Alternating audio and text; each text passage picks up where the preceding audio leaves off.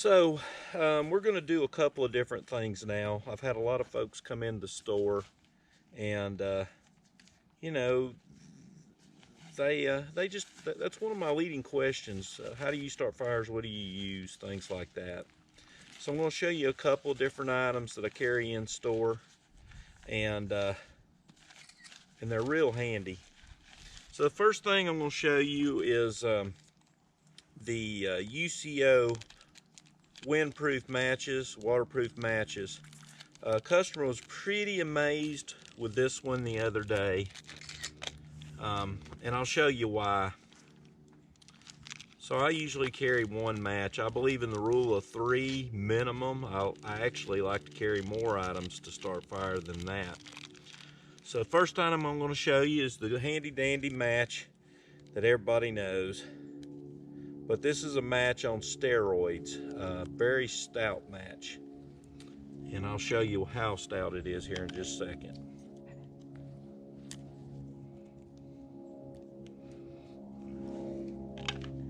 So that's my striker. And these come with extra strikers, which I like that. And they even have a striker on the outside of the waterproof bottle they come in. This is my emergency kit, so I usually only carry one match. So I'm just going to show you this bad boy, show you how quick it burns. It's plenty to ignite other items. And there it is.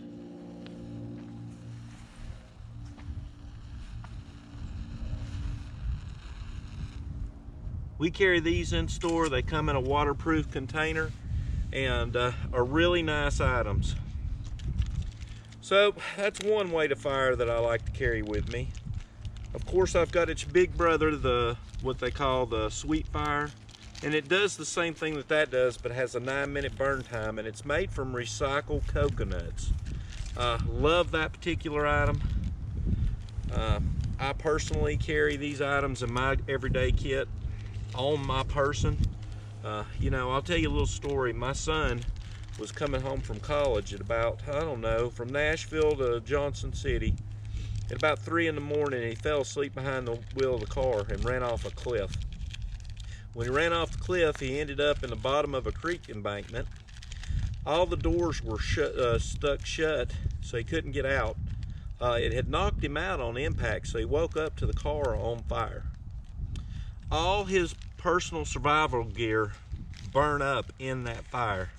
And so that's why I'm a firm believer you should at least keep enough to where you can have fire, water, and the access to build shelter anywhere you go. So we did the Sweet Fire match. Another item I sell a lot of in store. It's actually my #1 selling knife, hands down. And I'll show you it. Watch your light, baby doll. And then it's nothing more than to light my fire, or the spark. More a spark. So I'll show you it real quick. Now, I see a lot of people make this mistake where they take the knife edge and take off their fine materials. Well, here's the problem with that. If you use knife edge, you get really big material. Well, that's great once you've got a fire going, but to start a fire, it's actually harder. So I always suggest take spine edge of the knife, meaning the back edge, and this is why the spark is so wonderful. It's got a sharp spine, and if you notice with this one, it's hair-like fibers that come off of that. Now the wood that I'm using, and a lot of people ask about that, is Fatwood. Rich pine, lighter pine as some people call it, light pine. Matters what region you're from, what your upbringing is, what it's called, but it's amazing stuff. So you can see I just took about a teaspoon amount of that with the spine edge of this knife. I'm going to rotate the ferro rod out of it. Now I see a lot of folks that teach the pull method for fire striking. I've found that it gives it time to cool down before it hits your bundle, and it also tends to scatter your bundle because you don't have a lot of control. The method I personally like is take the tip of the actual spark, set it high on the ferro rod, do a solid push through strike, just like that, and it tends to roll right into the bundle. If you didn't get it first try, do it again. If you don't get it second try, do it again. And usually you can get it in about one good solid strike if you'll do it like you mean it. The more a spark. I also used bamboo to do this with this knife. The key is hair-like material to get it going. So that's the Morris Spark. We carry those in store. It's one of my best-selling items. That's another item that I typically always carry on me for fire.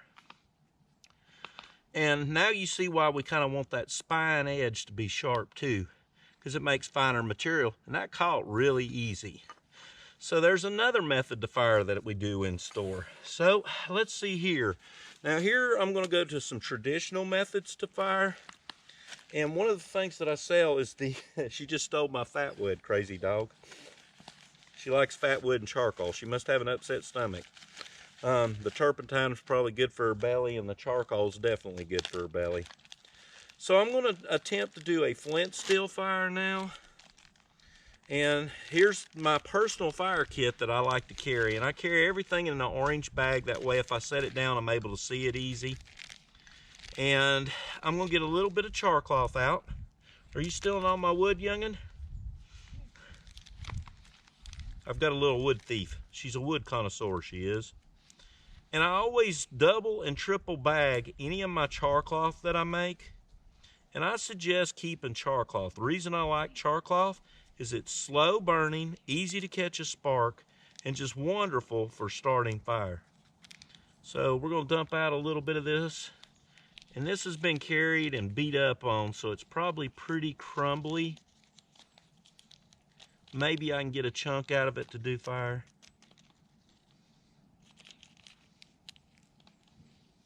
There we go. Got a little bit there. And so I'm going to attempt to do the Flint Steel fire. Now I hear a lot of people say they can do Flint Steel fire, but what they're actually doing is ferro rod fire.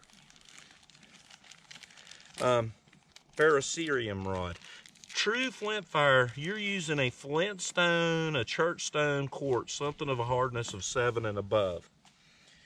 The tool that I carry, that I've developed over my 30 years doing bushcraft, fieldcraft professionally, is the ichthus. I've designed this. And if you're a Christian, you know the symbolism of this, and that's why I chose this design. It's not just for that. I consider it a bit of a multi-tool. You can use it as your flint steel striker, your bearing block for bow drill fire. You can use it for air shaft shaving on green saplings, to nap off a clean edge on your flint, to pressure flake to make stone knives or sharp edges on your flint for bow or flint steel fire. Use it as your improvised trowel. In worst case scenario, you could always grind down these edges on a stone, and you can put it on the end of a stick and use it as a type of spear. So this is the MTLO fire tool. So now we'll try to find us a piece of flint. Hopefully I got something on me. If you don't, in East Tennessee, Western North Carolina, you're more than likely going to find chert, if you find it, or charcoal, or not charcoal, but quartz. That's your two big rocks that you're going to find in our area. If you find English or French flint, it's typically imported through the land bridge, or however the Native Americans got it into us, or whatever they stole from those settlers. So together, I've got my char cloth out, I've got a piece of flint, and go baby. And then we're going to attempt to do a little bit of a flint fire here. So the method I teach with this particular tool is I top load and bottom load my flint just like this. I pick up my flint striker, I tuck all my fingers behind it, and I have it nose down. Nose down. When I go nose down like this, I'm going to do a solid strike through. And I always do a strike and look, because sometimes you'll have fire with char cloth and not even realize that it catches a spark pretty good. Well, strike through, look, strike through, look, strike through, look. Now that one was a good solid strike, and that char cloth's pretty rough looking, so I'm going to actually take another piece and I'll fold it up and over. And I'll tell you why we do this I have this tip the way it is, and I leave the edges sharp, is so I can nap a clean edge off on my flint. The sharper and the finer that edge is, the better it's going to throw sparks. So what I'm doing is I'm napping off a clean edge. Then I'm going to top load and bottom load again, and then strike again. Good solid strike through. Oh, and there we go. Fire. So, give it a second. You can see there's a little bit of fire going right there. Now, if I roll that into a tinder bundle, and see, what I like about char cloth is when you strike into it, it's going to burn nice and slow, which is going to allow you to heat up your bundle. So I'm just going to set it in my bundle like this. Now you can see it's starting to smoke. I'm actually going to let it just rest in there for a few minutes and heat up the bundle before I start working it. Now my tinder bundles, I always tend to try to get them to a cotton ball consistency by working them in my hand. So let me get a little lower here. And now we're going to get some wind in it. The key to fire is fuel, heat, oxygen. So I've got my fuel, and thanks to the char cloth, I have my heat. So now I'm just going to add the element of oxygen. Now, since I've got a lot of char cloth, and I know I've got a bunch, and I've also got the capability to make more because I have more cotton, I'm just going to put what I have in there for now. And I'm just going to let it sit there. Now, ideally, I want the wind going away from me, but because of camera lighting, I had to put the wind into my face.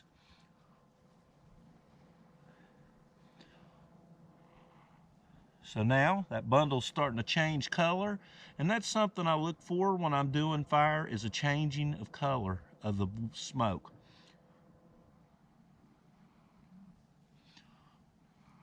Usually when it starts getting real white and it gets a little more accurate in the smell,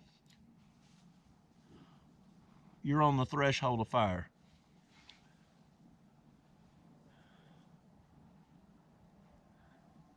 Now, another thing that I teach when I teach this is to roll your bundle into itself to continue to give it fuel.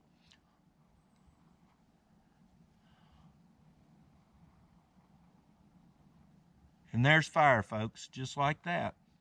Using Flint Steel method, using the MTLO fire tool, the Ichthus.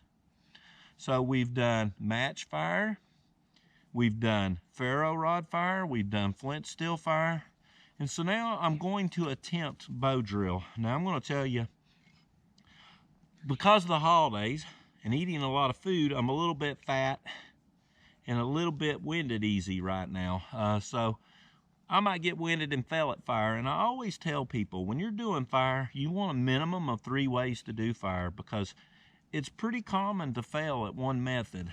You can even fail with lighter if the wind's blowing really hard. So now we'll move into bow drill fire, and I'm going to use the MTLO fire tool for that as well. Even though I've got a fire, I just want to demo my methods that I use. So I'm going to actually put this tinder bundle out, because I like saving a tinder bundle and using it over and over to start again. And I'll use the tinder bundle to light the other materials and put it out then. And this one's going to be tough. I got a real good fire going here. And now the wind's picked up a little bit. And the wind, when you're trying to put fire out, it makes it tough. So we got that out. And another thing I teach students that take bow drill Flint Steel fire from me is even your failures are not really failures, because you're creating charred material.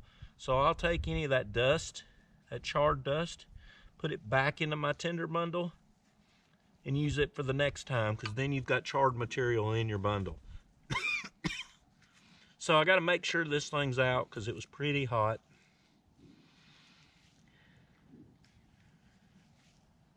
And see, it's still smoking. and it's still warm. So be careful if you load these back into your fire kit, and make sure that it is completely out. And I think that I actually could roll this one back open and start a fire again if I wasn't careful. So I'm going to set this over here. I'm going to go ahead and put my flint away. Make sure all my tools are put in a nice neat configuration here. Put them in my kit, anything that I'm not using. Hey little one, you wanting to play ball? Watch the camera there, little one.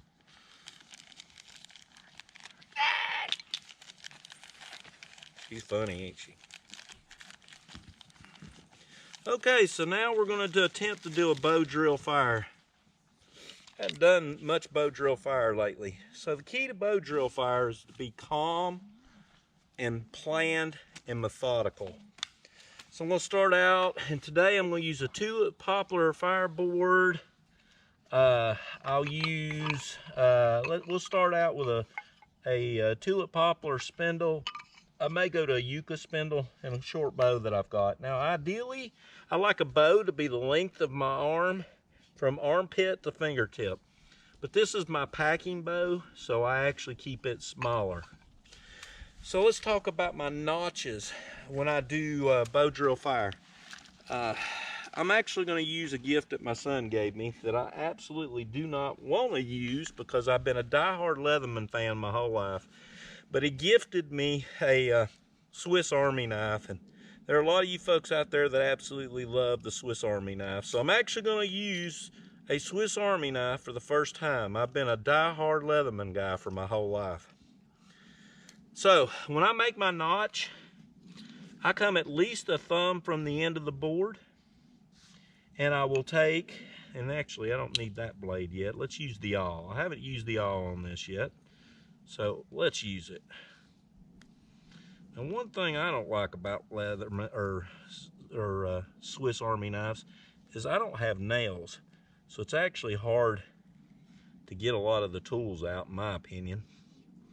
But it's been a standard for Boy Scouts and everybody else for longer than I've been alive, so obviously they know something I don't know. So now I'm going to move back and find that saw again. I'm having to learn this particular tool. So I make it a thumb over, and I usually come in the width of the blade in, but since I'm using a Swiss tool, it's a little close to the outside, so it tends to chip out. So I just take and set my pinky there, go from that hole, and I do a score mark.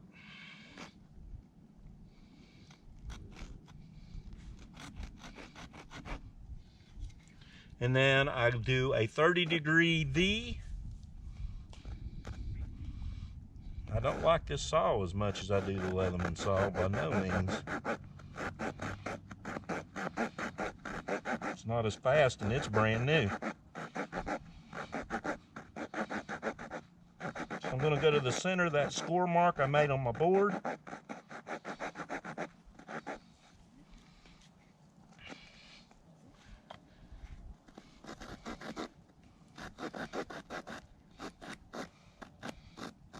And to the center of my mark I made with my awl.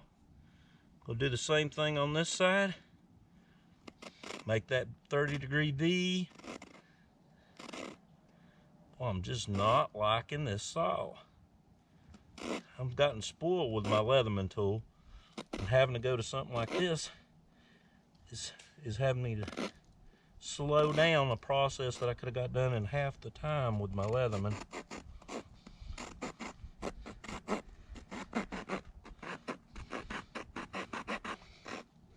Yeah, I ain't liking it. So Mitch, if you're watching this video, sorry brother, I think I'll stick with my Leatherman tool.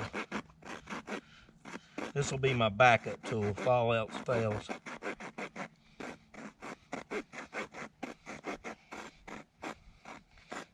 My son's a little bit German tool obsessed anyway, so I get why he give it to me.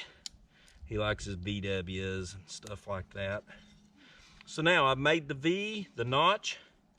Take my knife tip. We'll test the prying ability of this knife. Pop that V out. went out pretty good. Close my knife back up so I don't get cut with it. I'm gonna set it on a pan, and I've got a leather pan I could use, but I'm just gonna use this piece of wood as my pan today.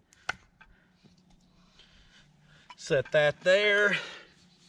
Get a good calm state of mind. Got my bundle over here. Got my ichthus, the MTLO fire tool. I've got my spindles. I've got my bowstring as tight as I like it. So let's just do a trial run.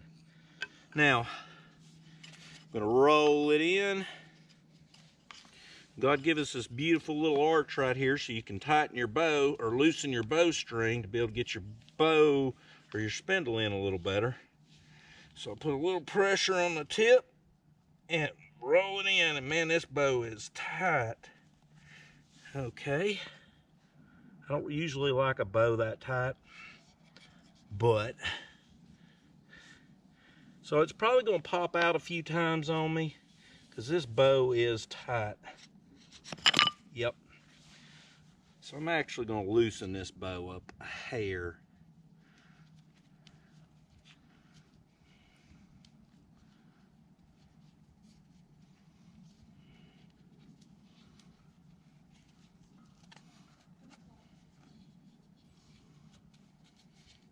There we go.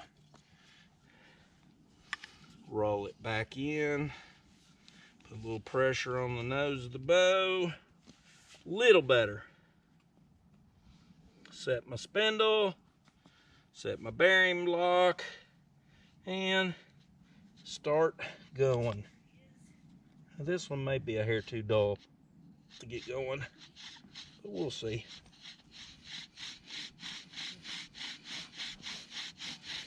So the key to this is to just take your time, realize that it's going to be a marathon, not a sprint when you're on the bow. So I'm just going to work that bow, get full length strokes, try to keep it to where it doesn't move more than a 1/2 inch to 1 inch on the spindle, and just go. Start developing that dust, and it's going to collect in the notch. And I'm probably not going to get this first try. What I'm doing is I'm mating the spindle to the fireboard right now and warming up everything. Then again, I might get lucky and get it.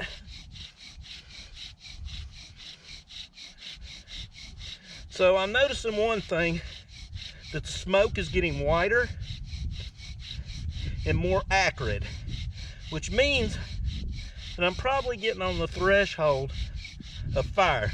But what I'm not seeing that concerns me is that it's not bonding. The actual coal isn't bonding. So it may not be hot enough yet.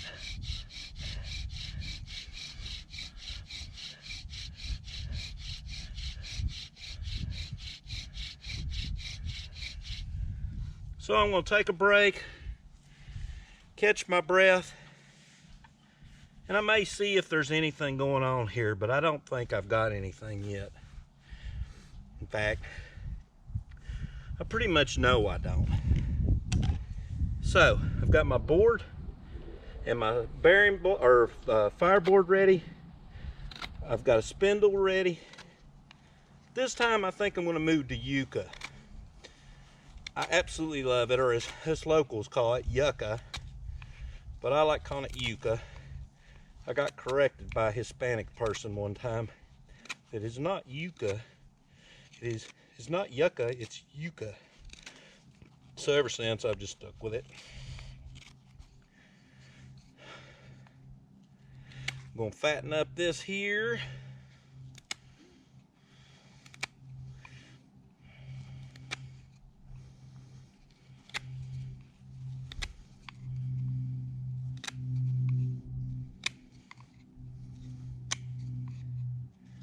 I'm losing daylight, and I'll guarantee you I've probably kind of messed up some of your viewpoint,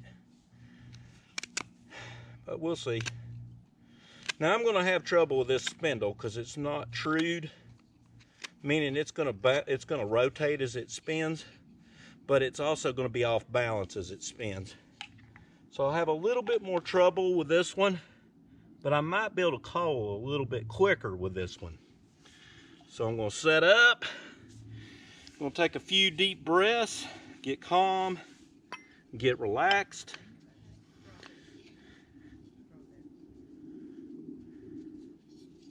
Make sure my bowstring is tended. There we go. I'm gonna rotate that spindle in. Little bow pressure to loosen it up and get it in there. Now it's popped in. Take my bearing block, set it topside, roll down like this, and now I'm just going to start working that spindle.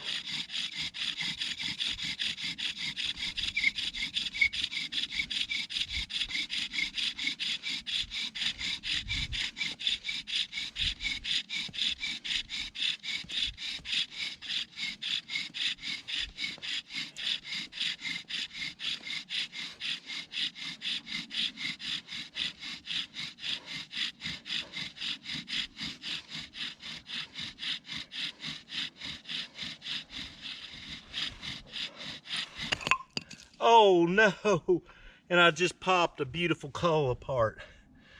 So what happened here is I actually made it too close to the front of the board, and I blame that on using this Victorinox saw. It didn't go deep. So now I got to start all over again. So we used the Victorinox. I'm tossing that thing, I hate it. And we'll go to the Leatherman.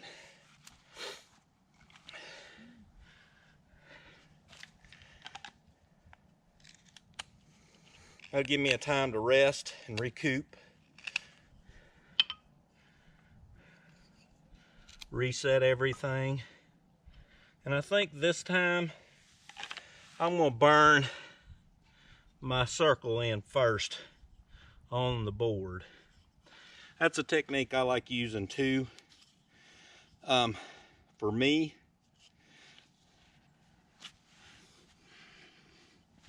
so I'll find the spot I want to put it. I'll set it. I'll push down really hard on the spindle at first so it won't spin out. And then I'll start going. And what I'm doing is I'm making sure that I'm going to go center that hole, and I'm center the board when I saw.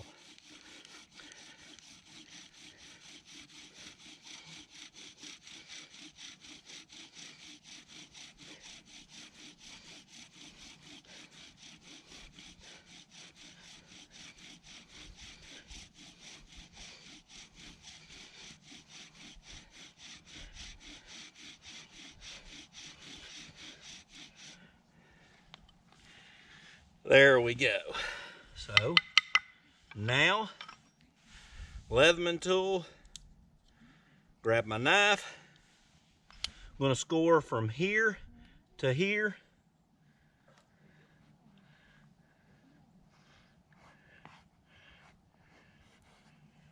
So that's scored. Go ahead and collapse that knife so I don't step a hand on it and get cut. Bring out the saw. Set it at roughly 30 degrees. Now, oh yeah, Leatherman saw. Look at that baby. Right through it. Like butter. Smoother too, easier to start.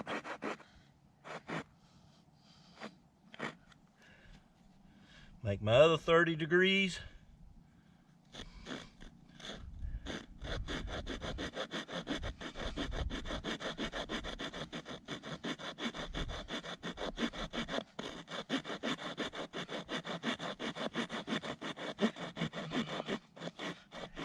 I had a photographer that was taking pictures of all these different steps for my page, but they've got the attention span of a gnat, and they've left me hanging.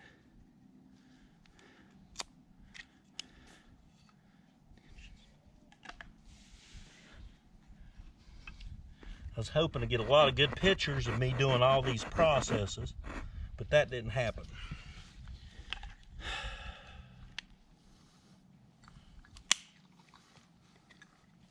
So I've cleaned out my notch, I've got my little divot done, and I tell you what I am going to do.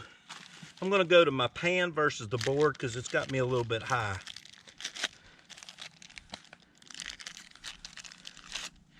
You like that smoky wood, don't you, doggy? I'm going to take that charred material that I already had and dump it there. Thank you. Make sure I close up any sharp objects. And we'll get back on it.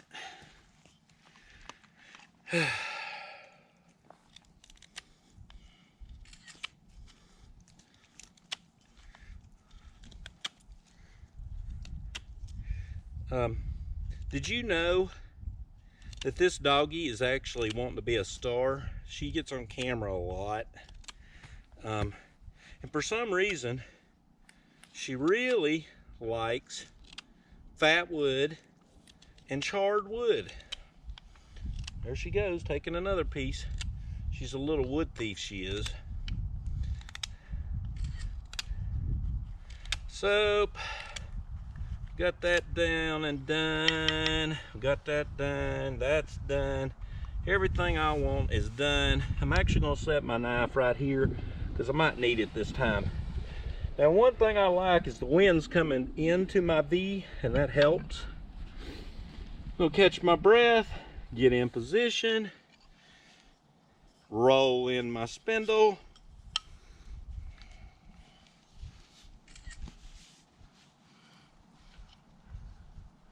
set my ichthus for the Untitled fire tool, and we're gonna start doing what we gotta do.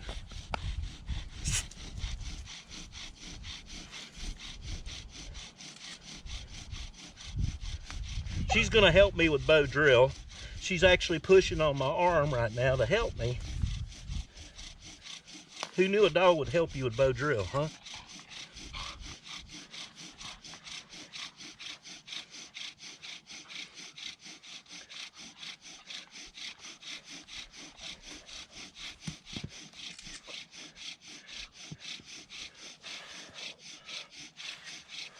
Go.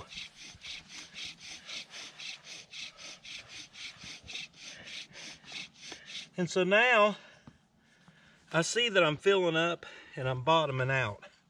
Let's check and see if we got a call. That seems awful loose. I don't think this one's gonna bond.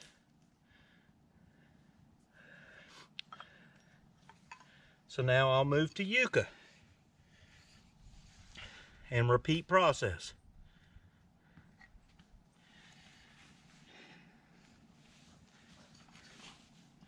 Roll in spindle, little nose pressure,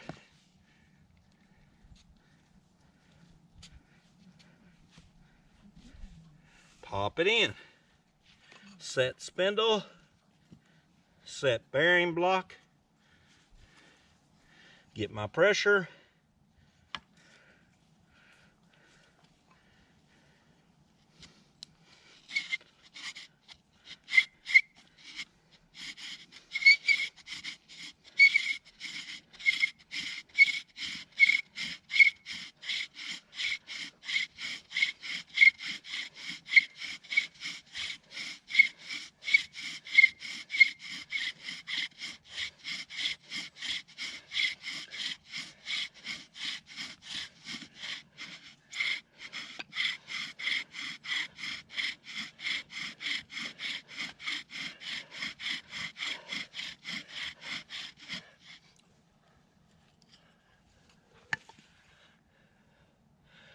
let it bond, let it bond, let it bond, and there's a cherry. There's actually a few. So those, I'm going to take my tinder bundle and I'm going to work them into that tinder bundle.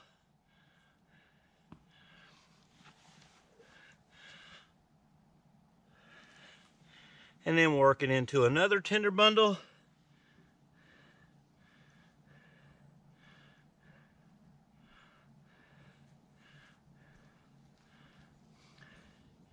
I'm going to let it rest and get a little wind and bond.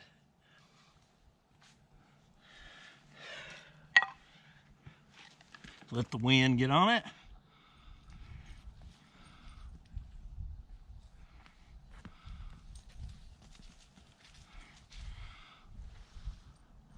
This time the wind's cooperating with me.